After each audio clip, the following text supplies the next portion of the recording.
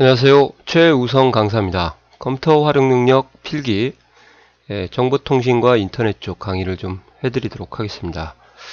제 나름대로 그냥 7장이라고 한 거고요. 정보통신의 기초, 이 부분에 대해서 공부를 좀 하고 인터넷으로 넘어가도록 하겠습니다. 자, 처음에 저희가 해야 될 것은 이제 데이터 통신에 대한 정의를 한번 되새겨보고, 그리고 통신에 대한 구성요소 또는 네트워크 구성요소에서 공부를 좀 해보도록 할게요.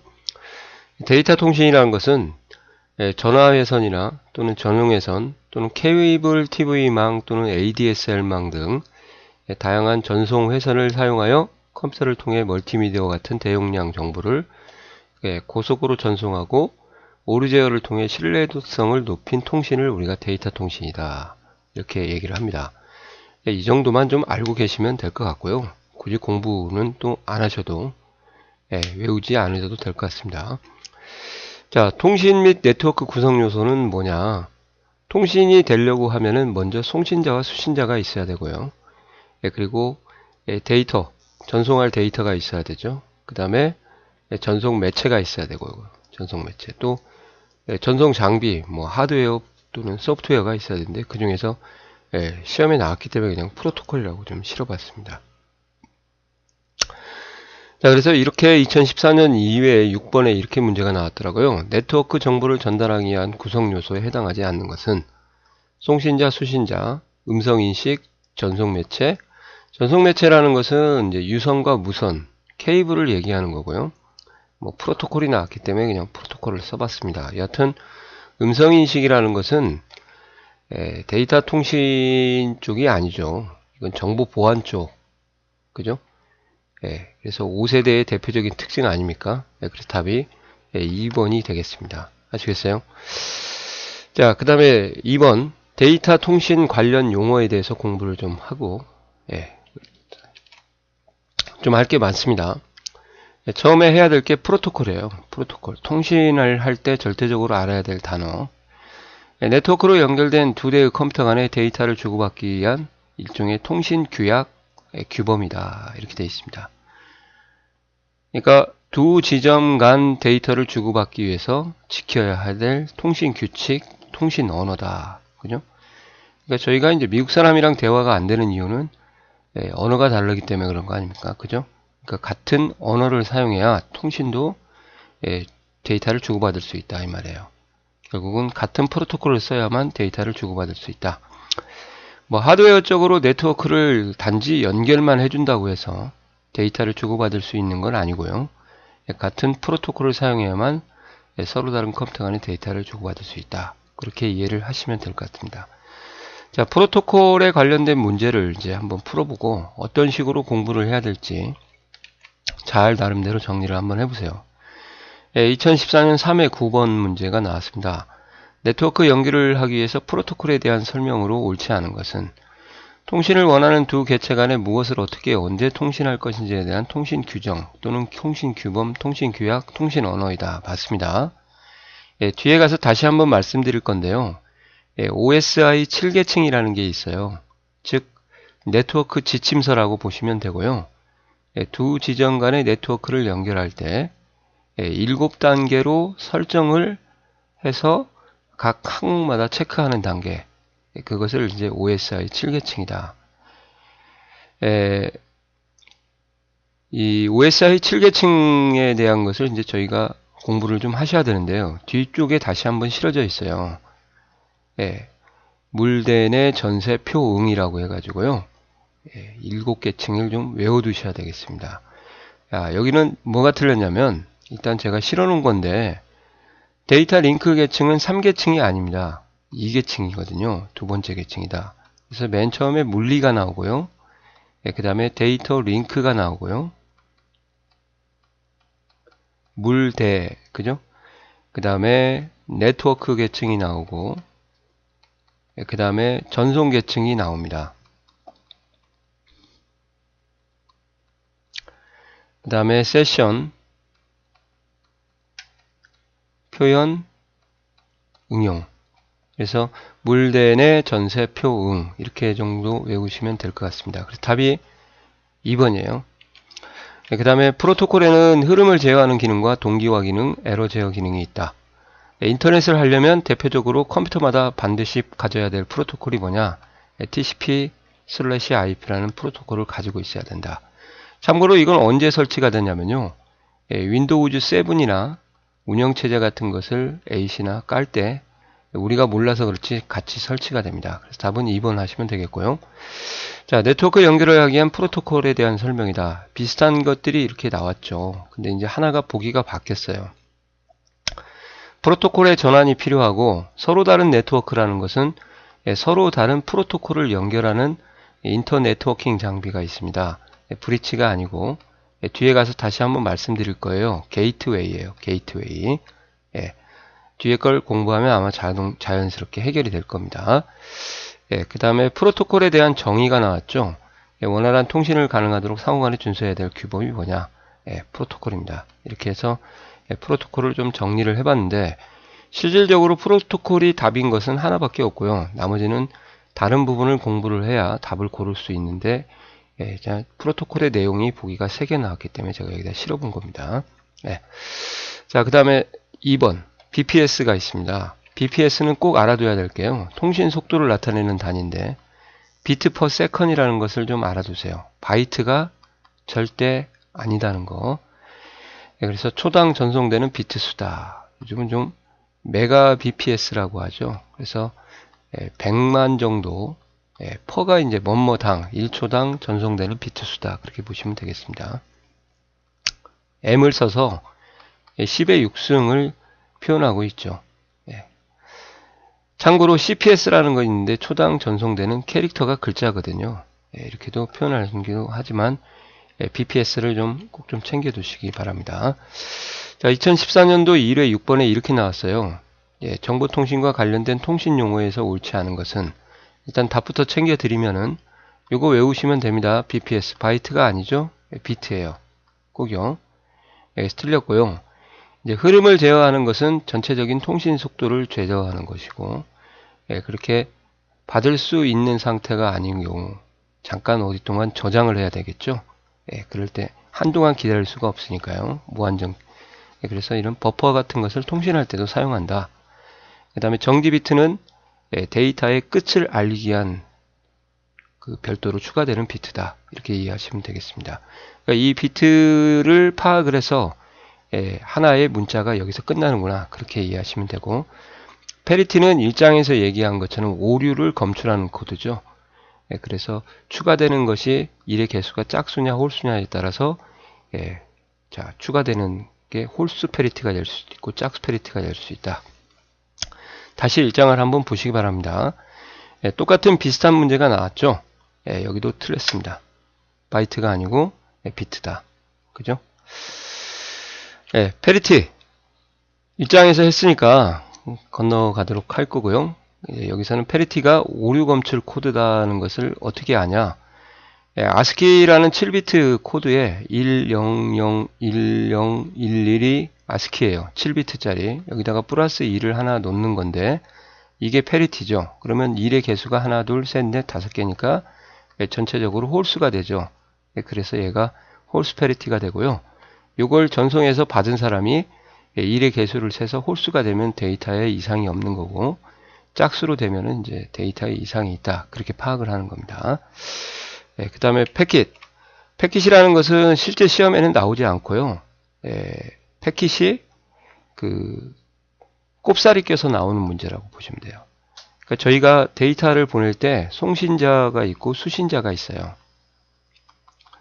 근데 데이터를 큰 덩어리로 보내면은 뭐가 문제냐? 이 조그마한 데서 오류가 발생을 하게 되면 처음부터 다시 재전송을 요청을 해야 되니까 상당히 로드가 걸리죠. 그래서 데이터를 전송을 할 때 이렇게 얇게 좀 작게 뽀개 가지고 보낸답니다.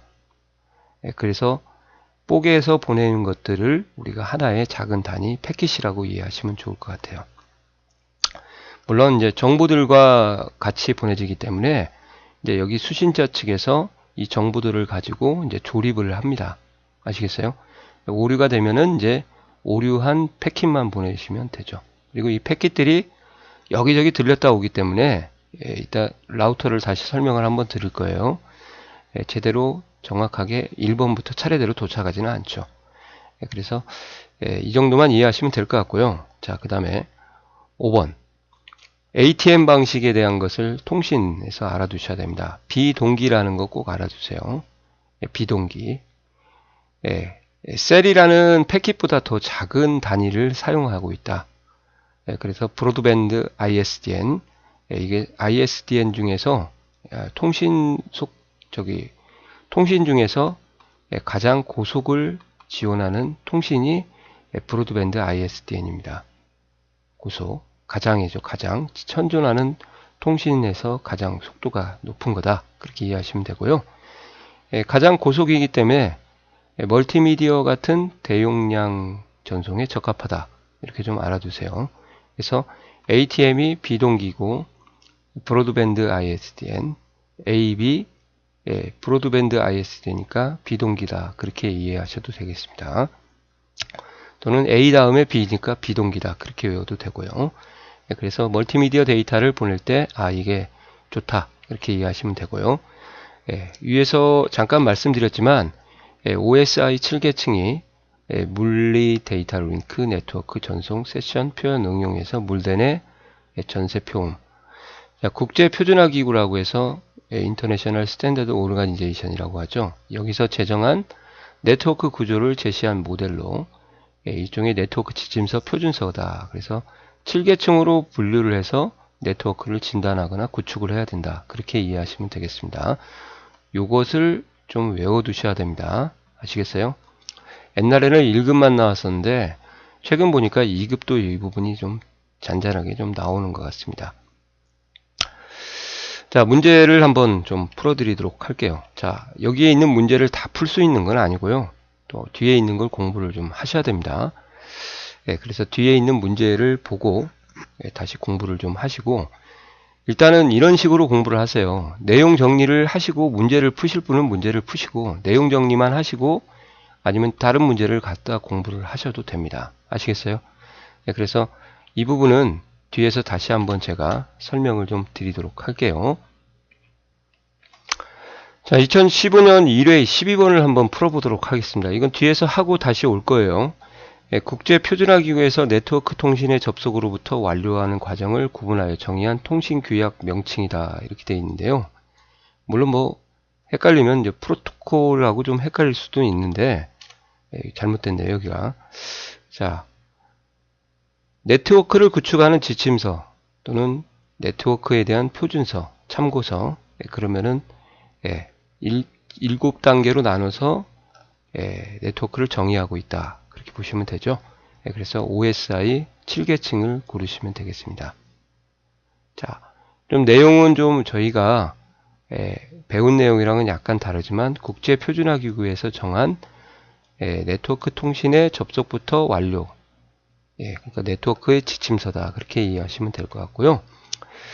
자, 멀티미디어 데이터 전송에 적합한 전달 방식은 아까 말씀드렸죠. ATM 비동기 모드입니다. 그래서 답을 일단 말씀을 드리면 브로드밴드 ISDN은 비동기 전달 방식인데 동기 전달식이라고 해서 이 답이 3번이 틀렸어요. 아시겠어요? 그리고 이 부분도 브로드밴드 ISDN은 초고속으로 대용량 데이터를 전송하며 여기까지는 맞는데 아날로그 방식의 통신 방식을 사용하는 게 아니고요. 아날로그는 이제 전화선이에요. 전화선.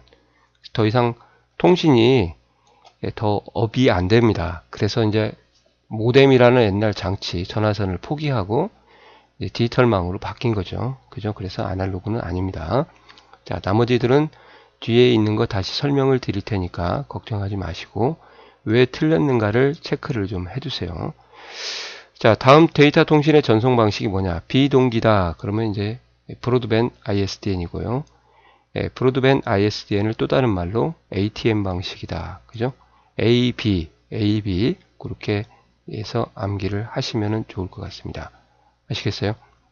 자, 그 다음에 GPS, 글로벌 포지셔닝 시스템을 해서요. 위치 정보 시스템, 인공위성을 통해서 위치 추적이나 자동차 내비게이션 같은 무선항법 시스템이다. 그렇게 좀 알아두시면 되겠습니다. 지금은 이제 새로운 기술이 아니기 때문에 그냥 IMT 2000 이거 중요합니다. 이동통신 기술이라는 것을 좀 알아두시고요. 원래 통신이 1세대 통신이 있어요. 1세대 영어로 이제 완지라고 하죠. 제너레이션. 1세대는 아날로그 통신이라고 해서요. 이때는 전화를 걸고 받는 것밖에 못했습니다. 드디어 2세대 통신이 되면서 뭐가 나왔냐? 문자가 나왔던, 그래서 문자가 나왔던 휴대폰 기술을 우리가 이제 디지털망이다, 디지털 통신이다, 그렇게 얘기하죠. 그 다음에 이 IMT 2000에 공이 3개죠. 얘가 바로 3세대 통신이에요. 그래서 2세대 할 때 뭐가 문제였냐면 지역적으로 안 터지고 너무 통신이 느려서 인터넷을 못 하던 시절이 있었거든요. 그래서 이런 두 개를 극복을 해보자. 그게 나온 게 바로 IMT 2000이다. 프로젝트의 이름이에요. 그래서 이동통신 단말기하고 관련이 있으니까 당연히 무선이겠죠. 그리고 이제 4세대면은 이제 요즘 쓰는 LTE 시대라고 보시면 되고요. 이게 IMT 2000. 이렇게. 이때가 상당히 좀 길어서 막 2.5G도 있었고 막 그러는데요. 그 정도는 그냥 뭐 모르셔도 되겠습니다. 그 다음에 VoIP라고 해서 보이스 오버 인터넷 프로토콜이라고 해서요. 인터넷상에서 음성을 전송하는 기술이에요. 그래서 좀 인터넷 전화 아시죠? IPTV 또는 IP 전화라고 하지 않습니까? 이게 인터넷이랑 묶어서 판매를 하고 있는 IP 전화가 바로 VoIP 기술이다. 알겠어요? 뭐 070으로 시작하는 전화 아시죠? 그런 부분이라고 보시면 되겠습니다. 자, 이 VoIP는 시험에 상당히 좀 많이 나왔으니까 좀 챙겨 놓으시기 바랍니다. VoIP 이렇게 공부하시면 돼요. 자, 데이터 통신의 분류에서 이제 이 부분이 아까 말씀드린 이 부분을 말하는 거예요. 규모 또는 전송 방식 그렇게 나눌 수가 있는데 먼저 전송하는 방식에 의해서 어떻게 공부를 해야 될지 한번 제가 구분을 한번 해보도록 하겠습니다. 전송 방식에 따른 분류는 주고받는 형태고요.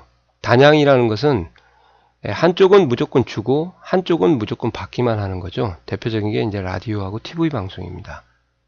시험에 안 나오고요. 반이중과 전이중이 나오는데 반절만 이중이다 이 말은 무슨 말이냐면요. 주고받을 수는 있는데 동시에는 안 되는 거예요. 아시겠어요? 전이중은 뭐냐? 이렇게 동시에 할 수 있는 거죠. 그죠?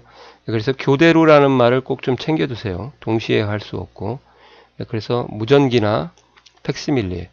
무전기는 내 얘기 끝났으니까 네 얘기해라 할 때 이제 저희가 뒤에다 오버 붙이죠. 이 오버가 이제 종료가 되는 그런 의미고요. 자, 팩스밀리가 팩스예요. 팩스는 내가 보낼 때 못 받습니다. 또는 받고 있을 때 못 보내고요.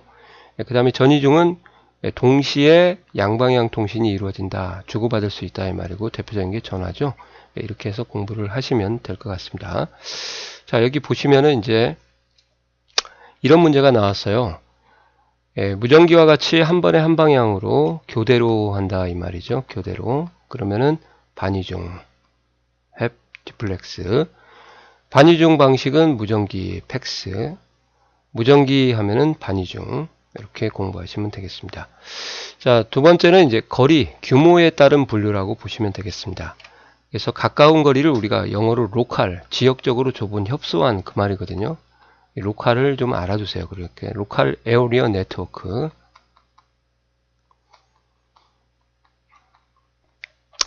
지역적으로 좁은 지역이다 이 말이에요. 네트워크, 컴과 컴을 연결하는데 거리가 좁다. 비교적 좁은 장소나 또는 한 건물에서 컴퓨터를 연결하는 네트워크 통신망을 근거리. 우리말로 근거리죠. 도시권은 이제 메트로폴리탄이라고 합니다. 에어리어 네트워크. 원래 도시가 이제 시티가 있는데요. 이 시티라는 개념보다 경제적으로 발전한 그런 도시를 메트로폴리탄이다 그러거든요. 그래서 이걸 씁니다. 도시권 통신망은 아직까지는 없죠. 도시를 전체를 네트워크화 시키는 건. 광역, 와이드입니다. 와이드. 그래서 국가 또는 대륙 또는 도시 간 그렇게 연결하는 거대한 네트워크. 요즘 인터넷이 이거라고 보시면 되겠습니다. 순서는 L, M, W니까 알파벳 순으로 크기를 외우시면 될 것 같아요. 자, 기출문제 분석 한번 보도록 할게요. 네트워크 규모에 따른 통신망의 종류로 각별하지 않은 것은, 자, LMN, LMW, PCM. 틀렸죠? PCM은 멀티미디어에서 언급을 할 거니까 그때 가서 한번 들어보시고요. 통신망의 범위가 작은 것부터 큰 거다. 그러면 알파벳 순으로 L, M, W. 그럼 답은 2번이 되겠습니다. 네. 2004년 이전에 이런 문제가 나왔네요. 자, 이것도 뒤에서 나올 문제인데, 여기에 나와서 답이 리피터 같은 경우도 뒤에서 배우고, 라우터도 배우고, PBX는 이제 더 이상 안 하셔도 되고, 근데 답이 여기이기 때문에 제가 실어놓은 거예요. 메트로폴리탄 에어리어 네트워크는 랜의 기능을 포함하면서 웬보다 넓어요. 웬보다 좁죠. 다시 한번 말씀드리지만 랜, 그 다음에 맨, 그 다음에 웬이다. 이렇게 되는 거죠. 아시겠어요? 그래서 답이 3번이 틀렸어요. 그죠? 그 다음에 세 번째 분류는 연결 형태의 분류인데요. 이건 일장 정보통신 시스템의 운영 방식을 참고를 하시면 될 것 같아요. 그래서 호스트 터미널은 그냥 간단하게 정리만 해주고 가겠습니다. 중앙 집중식이라고 하고요. 센터에 어떤 컴퓨터를 놓냐, 메인 프레임이라고 해서 두 번째 큰 컴퓨터를 놓고 외부로 다수의 터미널, 모니터하고 키보드만 가진 이렇게 터미널, 단말기라고 하죠. 이렇게 연결을 해서 한 대의 컴퓨터를 다수의 단말기로 연결해서 여럿이 같이 쓰던 시절이 있었거든요. 그래서 메인에 있는 메인 프레임, 중앙에 있는 메인 프레임이 모든 데이터를 처리한다. 그래서 이제 중앙 집중식이다. 그렇게 얘기합니다. 클라이언트 서버는 이제 이걸 개선한 거예요. 그래서 중앙에다가 이제 워크스테이션을 놓고 바깥으로 개인용 퍼스널 컴퓨터를 연결을 해서 가벼운 일은 얘도 컴퓨터니까 처리하고 무거운고 힘든 일은 워크스테이션에 의뢰를 하죠. 그래서 의뢰인, 이제 영어로 클라이언트가 되는 겁니다. 손님, 고객. 그리고 데이터를 처리해서 제공을 하다 보니까 하녀 또는 하인과 같이 시중을 들다. 그래서 얘를 영어로 서브인데 이제 서버, 시중 두는 사람, 그런 개념을 아시고, 얘도 컴퓨터고 얘도 컴퓨터니까 나누어서 처리하잖아요. 그래서 분산 처리의 대표적인 방식이다. 피어투피어는 동배간이라고 하고요. 별도의 서버가 없이 PC로만 대등하게 연결되는 PC방이나 학원들을 얘기합니다. 근데 이제 서버가 없다는 것도 또 좋은 장점이 있어요. 오늘 네가 서버에 그러면 서버가 돼서 이런 멘트가 오면 피어투피어를, 얘도 이제 분산 처리는 분산 처리입니다. 그래서 아무나 서버 클라이언트가 될 수 있다. 아시겠어요? 그런 부분을 공부를 해서 앞에 있는 문제하고 똑같으니까 그 부분을 다시 한번 보시고 정리를 한번 해보시기 바랍니다. 1장에 있어요. 그 다음에 연결 회선에 따른 종류가 있습니다. 연결 회선의 종류는 value added, 이 A가 added, 더해지다 그 말이에요. 이건 에어리어가 아니에요. 지역이. 그래서 랜, 맨, 얘하고 구분을 하셔야 돼요. 웬하고. 아시겠어요? 같이 꼽사리 껴달라고 하면 안 됩니다. 부가가치 통신망입니다. value, 부가가치, 가치를 더한 네트워크망이다. 또는 회선 대여비에서 한마디로 얘기하면 지금 망하고 없지만 옛날 4대 PC통신업체를 말하는 거예요. 천리안, 나운드리, 유니텔, 하이텔이요. 공중통신 사업자로부터 회선을 빌려 사용료를 받고 제공해주는 통신 서비스다. 그죠? 그래서 이제 이 PC통신을 통해 가지고 정보 같은 것을, 좋은 정보를 받아보는, 그래서 가치를 부과시켜주는 통신망이다. 그렇게 보시면 되고요. 유료라는 게 좀, 그리고 이런 것들이 다 그때 당시로 전화선으로 다 연결을 했던 시절이었습니다. 그래서 모뎀이라는 장치를 가지고 연결을 했었고요. 모뎀은 이제 아날로그라고 해서 전화선을 하게 됩니다. 더 이상 속도가 안 나오기 때문에 이제 그때 당시로 꼬꼬류 55,600 bps 정도 하시고 쓰다가 다 이제 망하고 없어졌죠. 이렇게 해서 벤과 이 세 개를 구분을 해주시면 될 것 같아요. 아시겠어요? 여기까지 일단 제가 정리를 좀 해드렸고요. 이제 시험 많이 나오는 네트워크 장비는 잠깐 끊고 가도록 하겠습니다. 자, 수고하셨습니다.